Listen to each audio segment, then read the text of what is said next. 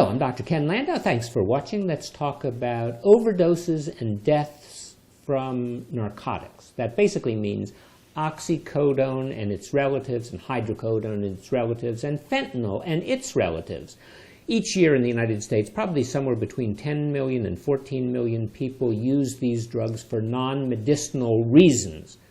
Opioid addiction and abuse in the United States really gained a foothold in the mid-1990s, according to the Food and Drug Administration, and Oxycontin was central to the whole story.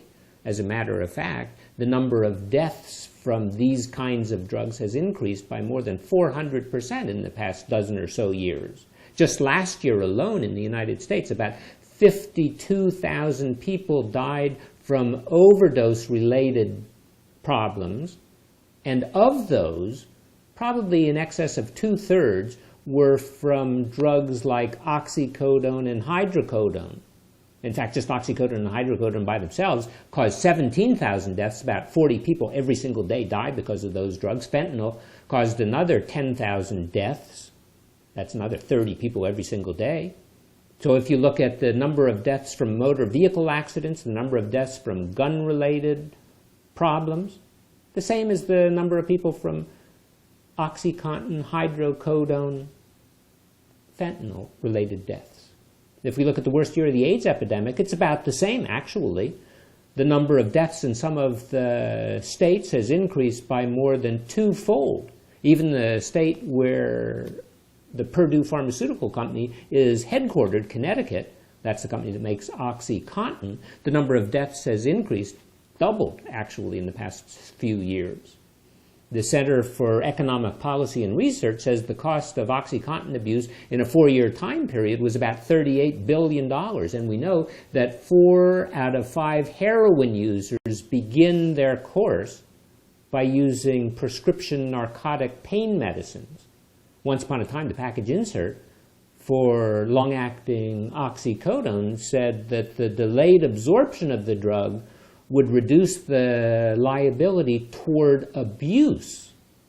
That ain't the way it works in real life, folks. That just doesn't happen. Even though the United States has a population with fewer than 5% of the number of people in the world, we consume more than 80% of all of the narcotics, all of the opioids, all of the hydrocodone and the oxycodone, here just in the United States. If we look at a period from the late 1990s, about 1999 to 2014, there were 165,000 people who died from overdose. If we add the current, we're up to in excess of 200,000 people dying from these drugs. Now, 85% of the prescriptions are not for people who have acute pain. They're not for people who are appropriately using these drugs. They're for people who have chronic pain. But in 2016, the Centers for Disease Control and Prevention said that there's insufficient evidence to suggest that these drugs relieve the pain in people who take them for more than 3 months. People just keep taking the drugs. They still have the pain, but they keep taking the drugs. They're addicted to the drugs. CDC in March of 2016 said the benefits for long-term opioids for chronic pain are not well supported by the evidence. And as far as short-term benefits are concerned, well, there's only small to moderate evidence that they're good for pain. There's inconsistent evidence that they get you back to normal functioning. And as a matter of fact, if you look at the evidence for long-term benefit for conditions like low back pain or headache or fibromyalgia, it is just not there. These are inappropriate for those purposes. If we look at fentanyl, the number of deaths has been recently doubling every single year. I said that 30 people die in the United States every day from that. 2 people die in just British Columbia every day. Prince died because of a fentanyl overdose. In Moscow, in a theater where they had a hostage situation, the police decided to spray some fentanyl gas to subdue the hostage takers. And what happened is that about 170 of the 850 hostages died because of the spray of the fentanyl gas. Well, overdose people, unfortunately, are oftentimes, at least as far as the fentanyl is concerned, they're not even know that they're using fentanyl. Oftentimes they think they're getting cocaine, or they think they're getting heroin, or they think they're getting Vicodin. But some forms of the fentanyl are so deadly that all you have to do is touch it, and it could kill you. Now, if we look at the death certificates usually show that people who die of these overdoses have more than one drug in the system. So they have an opioid, they have a benzodiazepine, they have a stimulant in the system. The opioid, of course, is the heroin, the fentanyl, the oxycodone, hydrocodone, morphine. The benzodiazepine, drug like Valium, drug like Xanax, Prazolam. A stimulant could be cocaine or methamphetamine. Well, how bad do the numbers look? If we look at fentanyl for overdose-related deaths, several years ago, there were about 1,600 people who died in the United States because of fentanyl overdoses. In 2014, there were 4,200 people who died because of fentanyl overdose. Now it's 10,000 people who die every year. It used to be that oxycodone was the number one, cocaine was the number 2 or the number 3 drug, and heroin was the number 4 drug. But heroin was one of the co-conspirators in at least 25% of all of the narcotic-related deaths. Now the numbers are changing because fentanyl is getting to be so popular. Fentanyl, when it's sold on the street, it's oftentimes mixed with heroin or cocaine. But remember, it comes as a powder, and the people who are doing the mixing are not exactly nuclear scientists. So these people are unfortunately mixing it wrong, and as a result of increased potency, there's increased danger. It leaves relatively little room for error when you mix the stuff. Recently, up until recently, most of the fentanyl was found on the East Coast. Now it's moving its way west. Well, if you look at the fentanyl, the illegal imports come mostly from Mexico, but from China, that's where we have the major problem. In China, they adulterate the fentanyl. They make little substitutions on the molecule of fentanyl. And as a result of throwing an acetyl group on, or throwing a methyl group on, or throwing some other kind of a chemical on, they cause the significant problem, because now the body doesn't know how to metabolize the stuff. It sits around in the system for a longer period of time. You take your second dose, take your third dose, it builds up in the system. And remember, this is a highly toxic drug. That's why it's knocking off so many people. Well, from China, you can actually, over the internet, go and buy the raw product. You can buy the machines that make the tablets. You can establish a laboratory in your backyard. And unfortunately, that's allowing mass production. Some places make hundreds of thousands of pills in a month. Some of the machines that you can buy over the internet can make 1,000 or so pills an hour. And these pills are made to look like Oxycodone, or some of the pills are made to look like Xanax. And people unsuspectingly take these things. And as a result, like I say, the people die. Well, recreationally, people like to use heroin because it gives them more of a euphoric high, but fentanyl gives them more sedation and more pain killing, but unfortunately also gives them more respiratory depression, and fentanyl is often sold as heroin, which increases the number of overdoses, and it's oftentimes mixed with heroin. And as I said, when we look at this powder, it's very difficult to make the exact or the correct dilution. Interestingly, police in Derby, Connecticut, remember Connecticut is the home of Purdue Pharmaceuticals, well, police just before Christmas, 2 days before Christmas in 2016, found a tractor trailer that had 55 pounds of fentanyl in the cabin. Now that amount of fentanyl would be enough to kill every single individual, man, woman, and child in the state of Connecticut twice. Well, we have abuse. That means that people are using drugs for non-therapeutic reasons, for psychological or physiological reasons. We have addiction. Addiction means that they're using the drugs for cognitive reasons or physiological reasons or behavioral reasons. You have the strong desire to take the drug even though you know it's causing a problem. You had a difficult time controlling your use of the drug.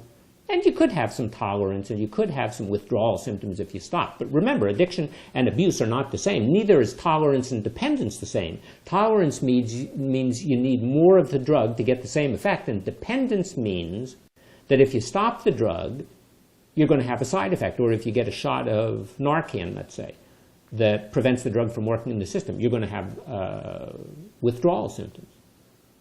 Well, drug seeking is very common in the United States. People doctor shop, people repeatedly say, oh, geez, I lost that prescription. People tamper with the prescriptions. But fortunately, now we have the state pharmacy boards getting a little smarter than they were once upon a time when they told doctors, hey, if you see a patient and the patient complains of pain and you don't treat the pain with appropriate kind of pills, that's malpractice. That's what was one of the major problems with this epidemic. The state boards said, hey, doctors, you better go and prescribe these medicines. And now they're saying, oh my God, we created a disaster. Well, 2/3 of the people who are taking Oxycontin are getting the drug either from a friend or a relative, some excess that's around, or they just go to the store and they buy them. But Oxycontin is a dying business here in the United States. Their sales are off, legitimate sales are off the peak of 2010 by about 40%. It used to be that the sales of the drug were about $3 billion. Now they're just a little over $2 billion. The medical establishment finally is turning away from using these narcotic painkillers, especially for chronic pain, especially when the Centers for Disease Control says there's no evidence that the medicines really work. And remember, they're killing about 200,000 people every year. So in 2003, the DEA, the Drug Enforcement Administration, they sued the Purdue Pharmaceuticals. They said that they are aggressively and excessively and inappropriately marketing the drug. They say they exacerbated the whole epidemic, and they were involved in criminal trafficking. Well, in 2007, the company, Purdue Pharmaceuticals, admitted to liability, admitted they were guilty, and they paid the government $635 million. But that's a drop in the bucket because the sales of Oxycontin, the sales from Purdue Pharmaceuticals over the last 20 years, are $35 billion. Interestingly, if you talk about the manufacturer of Oxycontin, Purdue Pharmaceuticals, it's owned by the Sackler family. The Sacklers in 1952 bought a small New York City pharmaceutical company. And interestingly, these doctors, Dr. Sackler, the brothers Dr. Sackler, they were psychiatrists. Well, now in the face of declining sales, remember I said sales are off about 40%. Well, now what they're trying to do is they're trying to expand outside the United States. And remember we said that about 80% or more of sales of these kind of drugs are here in the United States. Well, now they're trying to go worldwide. They're getting doctors to go and lecture doctors in other countries, doctors from the U.S. to go lecture doctors in Brazil or Argentina or Spain about how wonderful these drugs are, how they can treat chronic pain. They downplay the risks of addiction, but they really want people not for legitimate use, for the cancer-related pain. They want people for chronic pain. They want people with low back pain and fibromyalgia. They want those people to get on these kind of drugs. They say that what they need is public awareness campaigns. They need discount coupons. They need free consultations with the doctors, and they need discounts on the medicine. That's the way they're going to try to get into other markets other than the United States. They have a company called Mundi Pharma, and Mundi Pharma says that doctors are worried too much about addiction. They say as long as people have pain, they won't be addicted to these kind of drugs. And they say that the people who become addicted and the deaths are really recreational users, not for medical users. That isn't exactly the case. And ads in other countries, as an example, one of them shows people who have chains around their bodies, and they cast off the chains as symbolic of taking a pain-relieving medicine. And they have celebrities who go and advertise for these particular kinds of drugs. Say they're great for chronic pain, they're great for fibromyalgia and joint pain and back pain. The company says that in Mexico, there are at least 28 million people who have chronic pain. In Brazil, 80 million people with chronic pain. In Colombia, 20 million people with chronic pain. And the ads are working. You find in Spain, just between 2007 and 2014, sales of these drugs have increased by 700%. And now countries like Canada and Australia are having United States-style problems with these drugs. They have criminal trafficking, they have addiction, and they have death. Company claims that people are dying from cancer and AIDS, and they don't have any medicine in these countries to treat them, but they do. They can go buy some morphine for 15 cents a month instead of hundreds of dollars a month for their drug, and that will give them adequate pain relief. They're trying to get into China. They have 1,000 employees in China. They give lots of seminars. But millions of people were addicted during the opium wars of the 19th century, and as a result, the Chinese have significant restrictions on the use of these drugs. They only allow prescriptions for 15 days at a time, and anyway, the cost of the drugs is too expensive for people in China. And it's not just a problem with the manufacturer, it's a problem with the wholesalers. The manufacturer sells to the wholesaler sells to the pharmacy. Well, if you look at a state, West Virginia has a population of 2 million people, a little under 2 million people, 1.8 million about. Well, in the period of 6 years, the wholesalers sent to West Virginia 780 million pills of hydrocodone and oxycodone. That's enough so that everybody in the state could get 433 pills. That's for every man, woman, and child. And during this time, 1,700 people died of drug overdoses. So just let's go over those numbers again. From 2007 to 2012, shipped to West Virginia by the wholesalers, there were 220 million oxycodone pills. State's 2 million people. 220 million oxycodone and 550 million hydrocodone. Just in 2012 alone, 45 million oxycodone and 90 million hydrocodone were sent to West Virginia.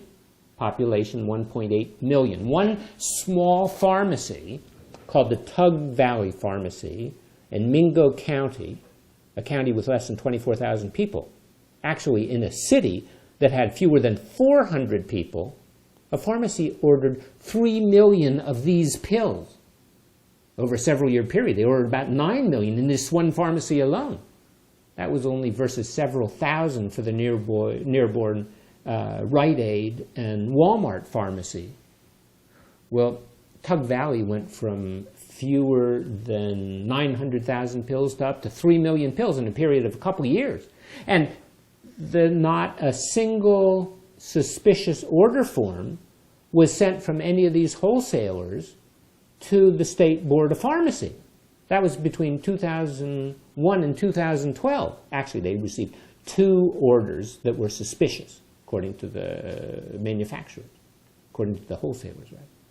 Well, then the Attorney General of the state of West Virginia filed suit, and all of a sudden there were at least 7,000 suspicious order forms sent from the wholesalers to the State Board of Pharmacy.